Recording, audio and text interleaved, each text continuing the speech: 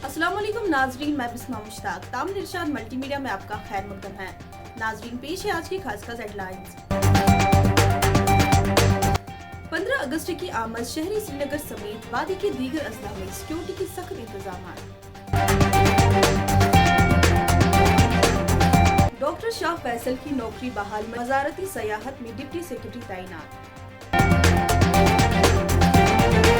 Beta कराठी की अहलिया सलाहुद्दीन के फर्जंद समेत 4 सरकारी मुलाजमी नौकरी से बरतरफ।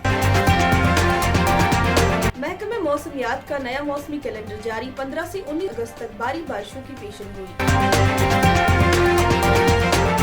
पहलगाम में जेर तमीर मकान से गिरकर बैंक मुलाजिम लुत्मे अजल।